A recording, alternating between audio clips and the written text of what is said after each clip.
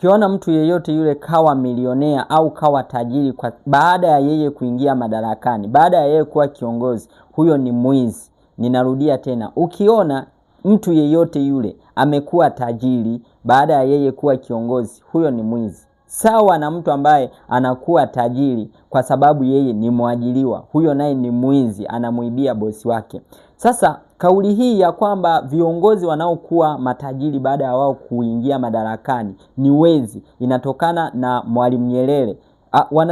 Wachambuzi wengi wa masuala ya siasa za kimataifa huwa wanairejelea kauli hii na kuisema kwamba mwanzilishi wake ni Mwalimu Julius Kambarage Nyerere, baba wa taifa la Tanzania, ambaye kutokana na sera ya ujamaa, leo nitatumia data kuongea, kutokana na sera ya ujamaa. Tunajua Mwalimu Julius Kambarage alikuwa ni mfuasi wa sera za ujamaa na kujitegemea. Alikuja na Azimio la Arusha, ambapo katika Azimio la Arusha alisisitiza kuwa viongozi wa umma hawapaswi kumiliki mali nyingi za kibepari wala kutumia nafasi zao kwa manufaa binafsi. Alikemea vikali ufisadi na utajiri unaotokana na madaraka. Sasa nafasi ya kiongozi anawezaje kuitumia kwa maslahi yake binafsi? Fikiria, tuchukulie mfano. Mimi hapa niwe kiongozi.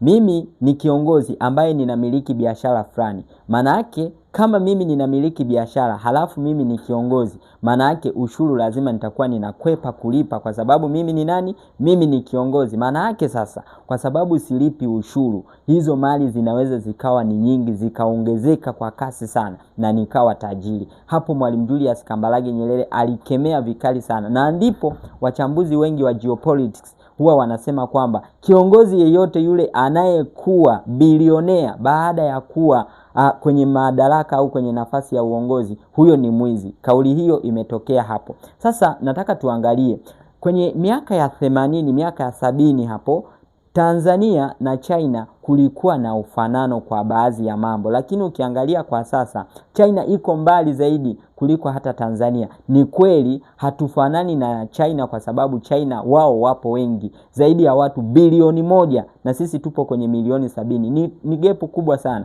Ninachokiangalia basi ilipaswa Tanzania tuwe ni China ya East Africa. Tukiangalia kwa nini ilipaswa tuwe hivyo?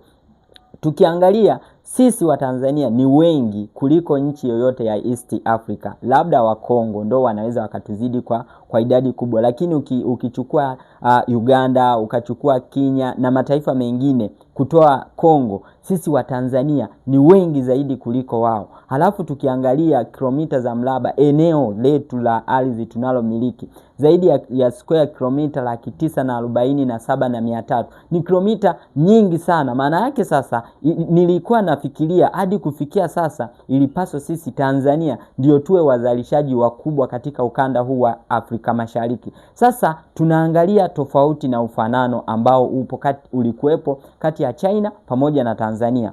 Ni upi? Nina data hapa nitakuonyesha. Mataifa yote mawili yalisisitiza usawa wa kijamii na kupunguza tofauti kubwa za kiuchumi. Hiyo ni ya kwanza. Ya pili, kilimo kama msingi wa uchumi katika nchi zote mbili. Nchi zote mbili zilikuwa zinategemea kilimo kama uti wa mgongo wa uchumi wa mataifa husika. Lakini pia namba 3, kupinga ukoloni na ubeberu. Tanzania na China ziliunga mkono kupinga ubeberu pamoja na sera za magharibi.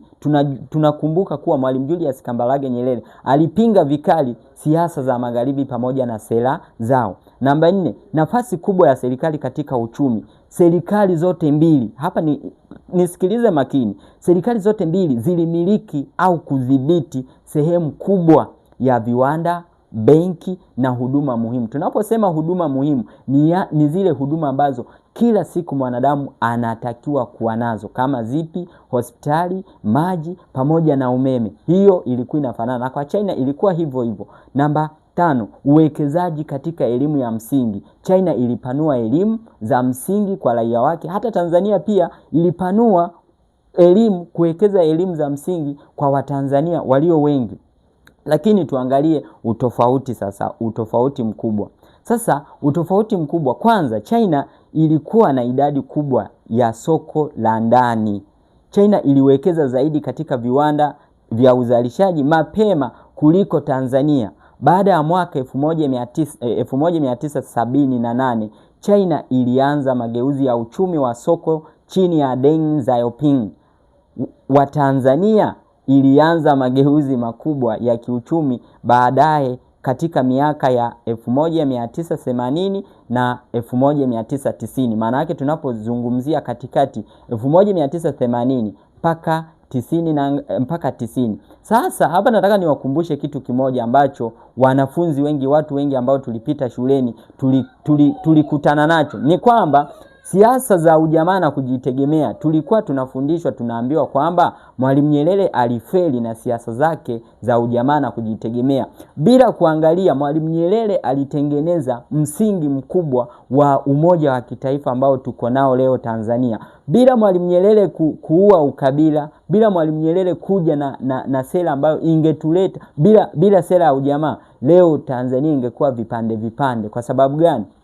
Kwa sababu Mwalimu Nyerere alikuwa anapinga sana masuala ambayo yalikuwa yanaonekana kwamba ni cheche za kuligawa taifa, masuala ya ukabila na mambo mengine na masuala ya dini aliyapinga. Sasa nataka nikukumbushe kwamba kwa nini Mwalimu Nyerere tulikuwa tunaona kwamba alifeli. Tulitolewa mfano kwamba hivi South Africa imepata uhuru miaka ya 1990, hapo sisi tumepata kwenye 61. Sasa tukawa tunatolewa mfano kwamba ukiangalia South Africa ni taifa ambalo limeendelea sana, na mfano mwingine ilikuwa ni taifa la Kenya, kwamba Kenya imeendelea sana kuliko Tanzania. Kwa nini? Kwa sababu Mwalimu Julius Kambarage Nyerere aliwafukuza wazungu. Nakumbuka kuna mwalimu wangu alinifundisha hivyo, aliniambia Mwalimu Julius Kambarage Nyerere aliwafukuza wazungu na ndiyo maana taifa la Tanzania liko hivi lilivyo. Nataka nikwambie kitu kimoja ambacho hukikumbuki. Kwenye miaka ya 1990 hapo dunia ilikuwa inaongozwa na nguvu kuu mbili. Wataalamu wa masuala ya kisiasa wanasema ilikuwa kwenye bipolar order. Sasa hizi nguvu, moja ilikuwa inatokea Marekani na nyingine ilikuwa inatokea Soviet. Sasa haya mashirika mawili, hapo ndipo kulikuwa na vuguvugu la vita baridi. Sasa ilikuwa ni kulazimishwa kwamba uchague upande gani utakuwa, pengine uendane na siasa za ujamaa au ufuate sera za magharibi. Kenya wao walikuwa kabisa black and white, wako sera za magharibi, ila Mwalimu Julius Kambarage Nyerere alikataa, akasema sisi hatufungamani na upande wowote, yeyote yule tutashirikiana naye. Sasa basi mwaka 1991 Soviet ilivunjika. Baada ya Soviet kuvunjika, dunia ikahama kutoka kwenye bipolar order ikarudi kwenye unipolar order. Maana yake dunia ikawa inafuata sera za upande mmoja. Kwa sababu gani? Taifa moja lilikuwa na nguvu kubwa ya ushawishi wa kisiasa, kiuchumi pamoja na kidiplomasia. Basi hapo ndipo sasa ikabidi hakuna namna yoyote kwamba utafanya nini, kwa sababu ilibidi kivyovyote vile uendane na sera za nani? Za yule ambaye sasa ana nguvu, ambaye alikuwa amebaki ni nani? Ni Marekani. Na ndio maana sasa viwanda vya hapa Tanzania vingi sana vilikufa. Kwa sababu gani? Kwa sababu Mwalimu Nyerere alikuwa amekataa kabisa kuendana na sera za kule. Kwa sababu gani? Kwa sababu hizi sera zilikuwa zinakuja kuligawa taifa. Ndipo sasa Mwinyi akaamua kukubaliana na hizo sera. Sio kwamba alipenda, hapana, kwa sababu aliamua achukue ili kunusuru taifa kutoka kwenye anguko ambalo lilikuwa linakuja. Sasa taifa lilikuwa linaenda kuwa maskini, lilikuwa linaenda kupotea. Ndipo Mwinyi ikabidi asaini kukubaliana na sera za nini? Za magharibi. Ina maana fujo zote hizi zinazoendelea mara siji nini ni kwa sababu tu nguvu zinalazimishwa. Yaani hapa kuna nguvu ya ujamaa ambayo bado ipo, sisi wa Tanzania tunaishi kama ndugu. Hiyo ni kwa sababu ya sera za ujamaa. Lakini pia kuna hii nguvu ya ubepari ambayo inataka sasa ifanye ubepari ambayo inataka ifanywe kuwa sasa ni nguvu kuu. Nataka niwakumbushe tena jambo la msingi sana. Kama taifa moja tunahitaji taasisi moja ambayo itakuwa na nguvu kuliko vyama vya siasa, taasisi moja ambayo itakuwa na nguvu kuliko hata taasisi za kidini, taasisi moja ambayo itakuwa na nguvu kuzidi vyama vyovyote na mashirika yoyote ya kisiasa ndani ya taifa letu. Ndipo tutakapoweza kujenga taifa lililo moja. Tuchukulie mfano kwa Wachina. Wachina wamewezaje? Wachina wameweza kwa sababu China hakuna vyama vingi vya siasa. Kuna nini? Kuna CCP, Chinese Communist Party. Hicho ndicho chama cha Wachina. Wachina wote ni wanachama wa kile chama. Sasa kile chama ndio kina mamlaka makubwa kuzidi taasisi yoyote. Maana yake hicho chama ndicho cha mwisho. Sio kwamba mtu anaweza kuwa na nguvu kuliko chama, hapana. Chama kina nguvu kuliko nani? Kuliko mtu yeyote. Na ndio maana Wachina wameendelea sana. Kwa sababu gani? Kwa sababu wana taasisi iliyo na nguvu. Hawana mtu aliye na nguvu. Ukiona China inaendelea, usije ukafikiria kwamba ni Xi Jinping ndo anawezesha hayo mambo. Hapana. Ni CCP ndio ina control kila kitu. Yaani ndugu zanguni wa Tanzania, niwaambie, inabidi tuanze kufikiria, tusifuatwe, tusiswagwe kama ng'ombe, kwamba bwana leo mpaka leo mpaka sasa unakuta tunachanganywa kwamba unapangiwa nani umsikilize, nani usimsikilize. Mimi natamani siku moja hivi vyama vya siasa viwe kama tulivyo na vilabu vya Simba na Yanga. Mbona sijawahi kuona wana Simba wakiumizana kwa sababu Yanga amechukua kombe? Mbona sijawahi kuona wana Yanga wakipiga mashabiki wa Simba kwa sababu eti Simba amechukua kombe? Inatakiwa tufike huko kwenye kugombana sijui mambo ya kisiasa, hapana. Mapendekezo yangu, tutengeneze taasisi ambayo itakuwa na nguvu kuliko vyama vya kisiasa. Ni ipi? Inatakiwa kiwepo chama cha Watanzania wote. Chama cha Watanzania wote ambacho kitadhibiti vyama vyote vya siasa, taasisi zote za kidini. Hapo ndipo tutajenga taifa lililo moja ambalo halina ukinzani. Na wakumbusha, hii demokrasia ambayo tuko nayo sasa, China haipo na wameendelea. Alafu sasa demokrasia tulionayo inakuambia kwamba Wachina bidhaa zao ni fake. Wachina bidhaa zao hazifai. Lakini kumbuka, na wewe ulivyo na akili ndogo, na wewe unaanza kupokea hii injili na kusema kwamba made in China low quality. Sio made in China low quality. Maana yake pesa yako ulionayo wewe ndiyo inayotumika kuzalisha bidhaa ambayo itakufikia wewe. Ukiona kwamba kifaa chako kina ubora mdogo, ujue pesa yako ni ndogo, ina thamani ndogo. Kwa hiyo umezalishiwa kifaa sawa na pesa ulioitoa. Acha kuchotwa akili na hao watu wanaokuambia sijui fanya hiki fanya hivi. Usiwe kama ng'ombe. You have to think and rethink kwamba hiki kinakuaje. Halafu kingine, hata ng'ombe ukiwaswaga kwenda kunywa maji, kuna ng'ombe wengine hawatakunywa maji. Kwa maana hiyo usizidiwe akili na ng'ombe ukao unapelekwa na maneno ya wanasiasa pamoja na wanaharakati. Fanya maamuzi kwa kuangalia kwamba tulikotoka ni wapi tulipo na wapi tunapoelekea.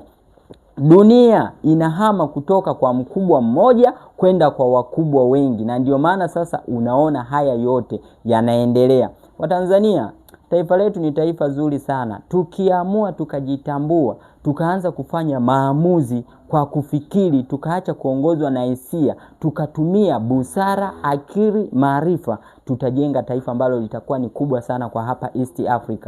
Mungu ameshaibariki Tanzania. Tumuombe Mungu aibariki Tanzania. Viongozi wake watumie akili, watumie hekima, watumie busara pamoja na maarifa katika kuwaongoza Watanzania wote, ili kusudi rasilimali zilizo ndani ya taifa la Tanzania zisije zikawa ni laana, zisije zikawa ni chanzo cha kutugawa Watanzania, bali ziwe ni chachu ya kumfanya kila Mtanzania aishi maisha mazuri hapa duniani kadiri ya umri atakaojaliwa na Mwenyezi Mungu. Watanzania, Gen Z, sisi ndio tunaongoza kwa kufuata mikumbo. Gen Z, niwaombe kitu kimoja, niwakumbushe Gen Z, hebu tujifunzeni sana mambo ya geopolitics, yatatusaidia katika kung'amua mambo yetu. Mungu atubariki wa Tanzania, Mungu atubariki sote, abariki pamoja na viongozi, atupatie viongozi ambao watakuwa wanafanya maamuzi kwa sababu ya maslahi ya Watanzania, na sio viongozi ambao watakuwa wanafanya maamuzi kwa sababu ya maslahi yao